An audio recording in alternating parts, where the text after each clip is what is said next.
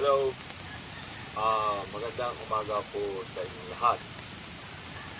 Ako po si Pastor Eddie Graciela Bernillo na inordin bilang isang mangaral o pastor dito sa Antipolo City. Pamamagitan ng endorsement ng tao at piniko ang Panginoong Jesucristo upang ako ay maging pastor.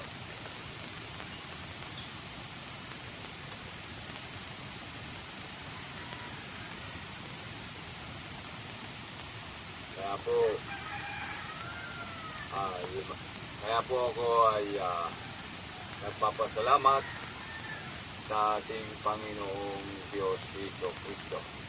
Tayo po ay manalangin sa ating Panginoong Diyos na nasa langit. Diyos amang makapangyarihan sa lahat na may gawa ng langit at lupa, mga tao, hayop, halaman at mga bagay-bagay, ilog at mga karagatan. Sumasampalataya po ko sa iyo, Panginoon. Ikaw ang Panginoon namin noon, Yahweh. Ikaw ang tinawag na Yahweh. Ikaw ang tinawag na Jehovah. Ikaw ang tinawag na Allah. At Diyos na makapangyarihan sa lahat. At ikaw ngayon ang tinawag na Jesucristo na aming Diyos na aming pinaglilingkuran ngayon. Maraming salamat po. Ngayon, hinihiling ko po, Ama, na basbasan mo po ako. Sila na mga nakikinig ng iyong banal na Espiritu upang magkaroon po ng malinaw ng pag-iisip, magandang pangatawan, at ilayo mo po kami sa mga sakit at mga karamdaman. Bigyan mo po kami ng mahabang buhay at iniingatan mo po kami sa aming mga pang-araw-araw na gawain. Maging anuman ang aming gawain, maging ang laborer kami o gawain namin ay gawain ko ay isang magsasaka o farmers. Gawain ko bilang isang police hotline, nag-rescue sa mga tao kapag pinakailangan na kahit walang sweldo. At isang tricycle driver, at isang technician, electronics, ref and aircon. At ngayon po ay isa po akong pastor na mangaral dito sa Antipolo, sa bansang Pilipinas, at sa buong mundo. At sinabi niyo po ng ating Panginoong Diyos Jesucristo, humayo kayo, ipangaral niyo ang aking salita. Ipahayag niyo sa mga tao, sa mga bulag, at sa bayan ko, maging bayan ng Pilipinas, maging sa buong mundo. Mangaral mo at bautismohan mo sila sa tubig, gaya ni Juan na nagbautismo kay Jesucristo, na magsisi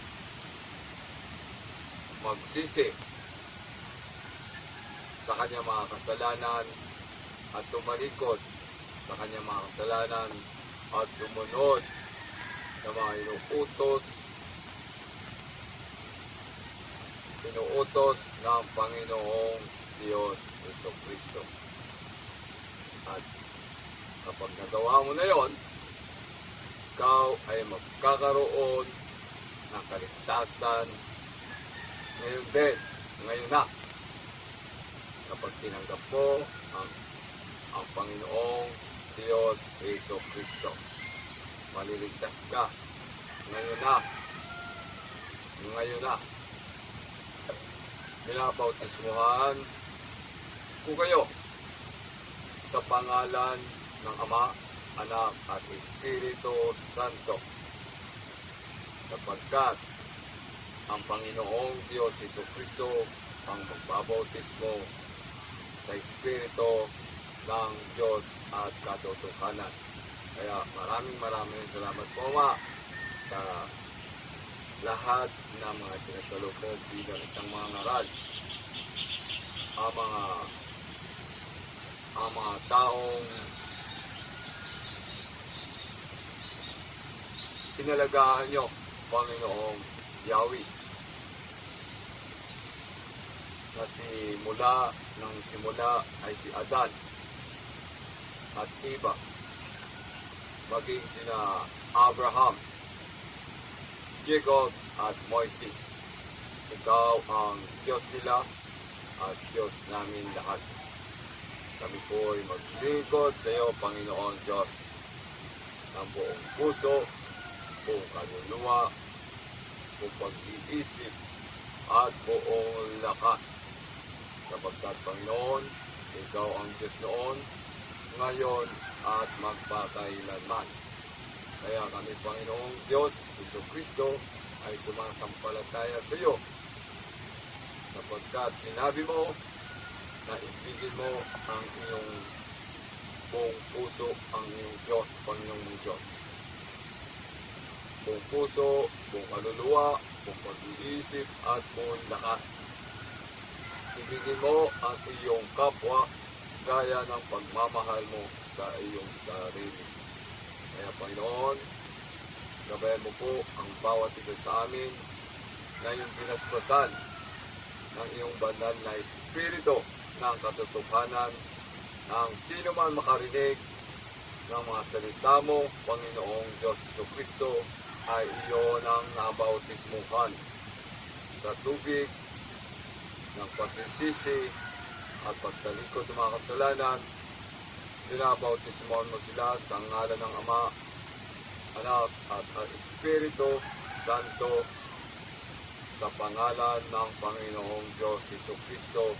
Ang sino mang makarinig at makaunawa ngayon na ay ligtas na kayo, kapag iyo'y tinanggap na si Jesucristo na iyong tagapagligtas, sapagkat ang Diyos ay hindi na mag-aatubili, hindi na nag-aalanganan, sapagkat ngayon na ililigtas na kayo, tayo, lahat na mga sumasampalataya sa Kanya, sapagkat ang Diyos na nagbibigay buhay, sinabi niya na ng Panginoong Jesucristo na ako ang daan, ang katotohanan at ang buhay. Walang makakapunta sa Ama kundi sa pamamagitan mo. Kung kilala niyo ako, ay kilala niyo na rin ang aking Ama, at inyo na siyang nakita at nakilala. Sa Juan 14, talata 7. At sinabi ng Panginoong Yahweh, Jehovah Allah, na ipinadala ko ang iyong anak, pinadala ko ang aking anak na si Jesucristo, upang ang sino mang sumampalataya sa Kanya ay maliligtas at magkakaroon ng buhay na walang hanggan. Ngayon na, sapagkat malapit na ang Kanyang kaharian, malapit na ang Kanyang pagdating. Sinabi ng Panginoong Diyos Jesucristo na ang sa aking pagdadating, sa aking nadatnan, kung ano ang iyong ginawa ay iyong matatanggap. Halimbawa, gumawa ka ng mabuti, ikaw ay maliligtas at magkakaroon ka ng buhay na walang hanggan. sa iyong pananampalataya. Tinalikuran mo na ang iyong bisyo.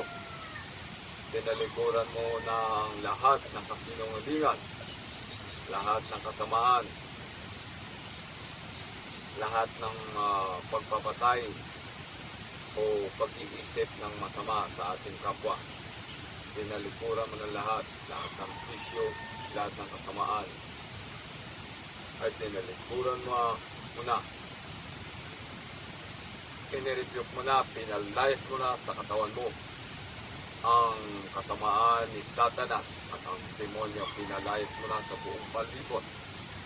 Wala ka na bang ibang konsentrasyon kundi ang ating Panginoong Diyos Jesucristo na nagkatawang tao. Sapagkat sinabi niya na pangako niya sa ating lahat na darating ako, dala ko ang gantimpala na ipagkakaloob ko sa bawat isa sa inyo. Ano bang gantimpala? Ang pagkakaloob sa bawat isa sa atin. Ano bang gantimpala? Ang gantimpala ay magkakaroon ka ng kaligtasan. Ano bang kaligtasan? Kaligtasan dito sa ibabaw ng lupa na ikaw ay iingatan niya maging sa mga pagtatrabaho, hindi ka mga maaaksidente, hindi ka makakagat ng ahas o uminom ka ng lason, hindi ka malalason. Kapag ikaw ay sumampalataya sa Kanya, makakapagamot ka ng mga sakit at mga karamdaman. Magamot ka ng mga sakit at karamdaman kapag iyong ipinatong mo ang iyong ulo mo sa ulo na may sakit, kapag ikaw ay sumasampalataya sa Kanya. Sapagkat ang Diyos ay Espiritu at Espiritu ng katotohanan. At sinabi ng una na walang sino mang nakakita sa Diyos. Nung unang sinabi sa Biblia, pero pagdating ng bagong tipan ay nakita na ng apostol na si Jesucristo ay nayakap nila at nilang nahagkan, sapagkat ang Diyos ay nagpakita na sa atin. Kaya mapalad tayo, ako, kayo, tayo, na hindi nakakita sa Kanya, sapagkat tayo ay naniniwala sa Kanya. Naniniwala tayo sa Kanya sapagkat Siya ay tunay na Diyos na makapangyarihan sa lahat. Sa ngayon, panahon 2024 ay magulo ang bansang Pilipinas sapagkat ginugulo tayo ng China doon sa West Philippine Sea. Ang mga Pilipino ay nagpapakumbaba at nagdarasal sa ginagawa ng mga China. Kahit anong sinisira nila ang bandila,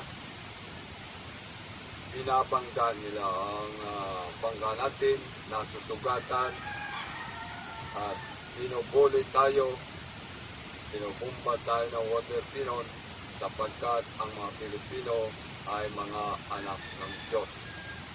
Sapagkat marami ang mga sumasampalataya sa Diyos sa Pilipino. Ngunit, ang Diyos ang bahala sa mga China. Kung ano ang ginawa niya sa kapwa, ay ganun din ay babalik sa kanila. Kaya po tayo ay mananalangin ang ating ang kapangyarihan ng Diyos ang magbibigay ng pagitan sa bawat isa. Ipagdasal natin ang ating Panginoong Jesucristo, Panginoong Diyos, ang ipagdasal po natin ang ating Pangulong Marcos Jr. na sa kanyang pagsisikap na manumbalik ang bagong Pilipinas. Tayo po ay magiging bagong Pilipinas at maharlika sapagkat ang Diyos ay sumaatin, nagpapakumbaba. Nilibot niya ang buong mundo ni Marcos upang makipagkaibigan, makipagtulungan sa lahat ng uri ng pakikipag-isa sa bawat Pilipino. Yan po ang ninanais ng ating Panginoong Diyos, Jesucristo. Kaya tayo, lahat mga Pilipino, dayuhan ka man, anumang lahi ka man, bansa ka man, anong klase, anong bansa ka man, maging ang ibang bansa, Israel o Japan, o anong bansa ka man, nagkakaisa sa pamamagitan ng ating Diyos na makapangyarihan sa lahat. Sapagkat ang Panginoong Jesucristo ay nagmula sa Jerusalem. Ngayon, andito na siya sa atin. Pumasok na ang banal na Espiritu sa bawat taong pinili niya. Gaya ko, pinili ako ng Panginoon upang ihayag sa inyo ang mga salita niya na darating ang araw ay hindi na kayo mamumroblema. Hindi na kayo mamumroblema sa pagkain, sa inumin, sa mga utang, bayarin sa tindahan, bayarin sa tubig, sa Meralco, anumang bayarin, hindi na kayo mamumroblema sapagkat kapag tayo ay pinili ng Diyos, dadalhin niya tayo sa kanyang kaharian upang doon na tayo aalagaan ng mga pinili niya. Ang hindi niya pinili sapagkat matitigas ang ulo, sinusuway nila ang Diyos. Kapag sinuway nila ang Diyos, sila ay parurusahan doon sa asupre na lumiliyab ng apoy. Doon iahagis ang mga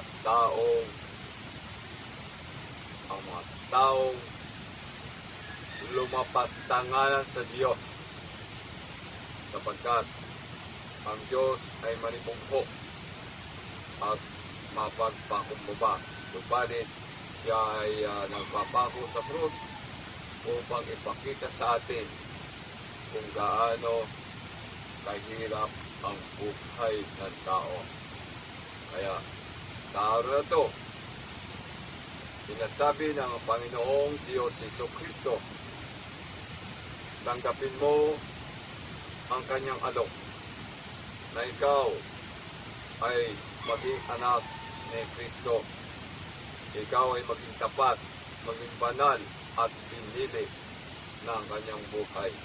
Ngayon na ay ililigtas ka na kung ikaw ay magtitiwala sa Kanya.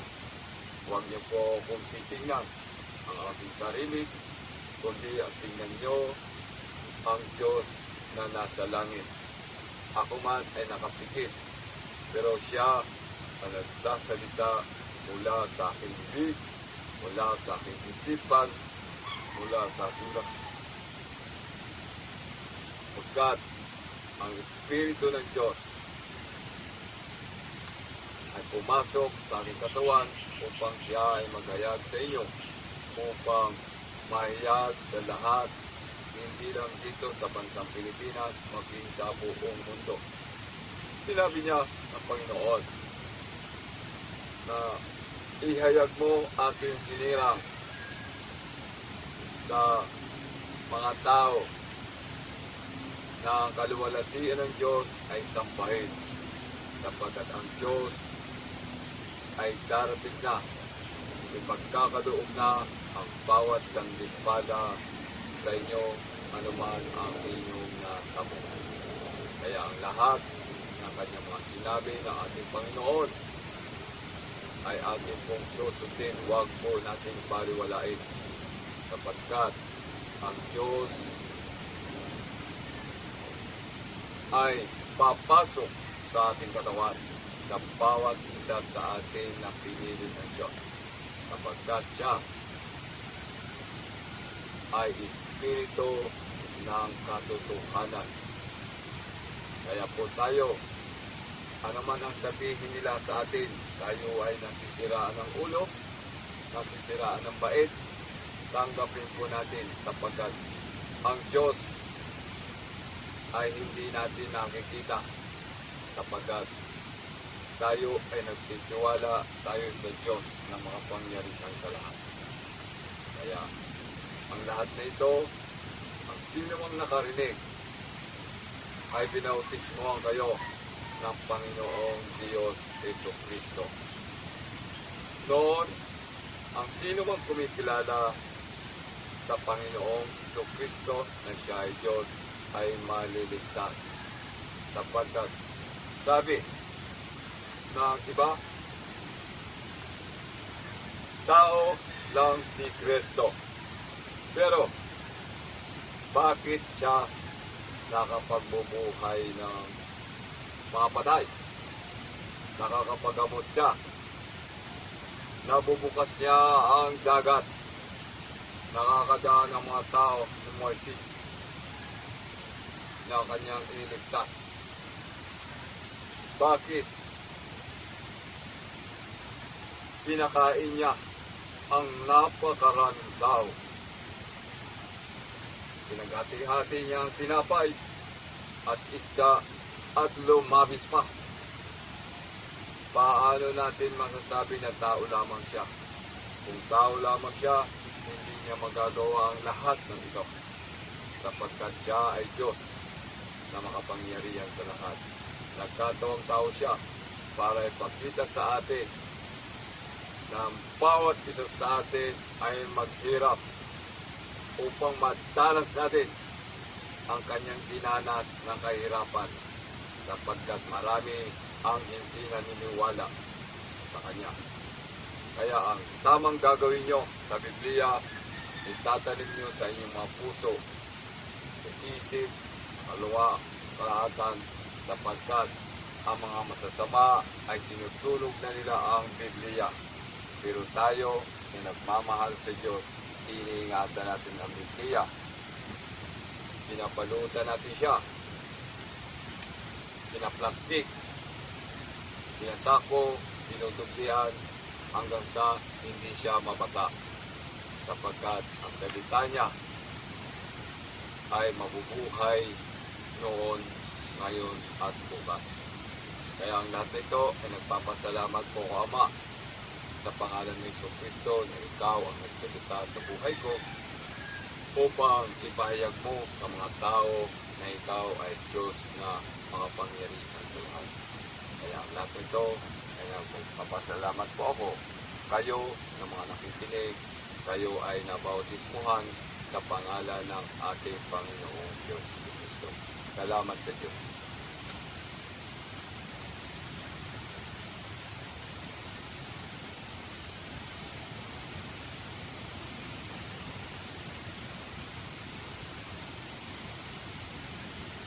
Salamat sa Diyos.